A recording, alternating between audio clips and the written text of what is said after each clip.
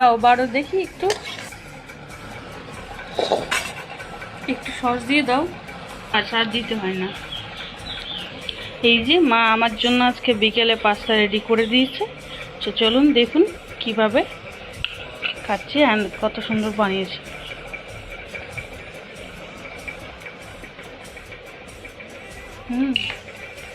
মা দারুণ হয়েছে।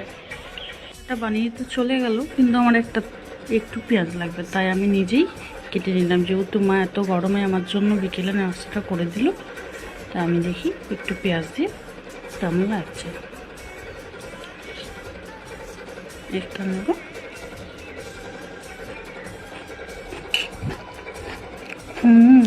পেঁয়াজের সাথে আরও ভালো লাগছে।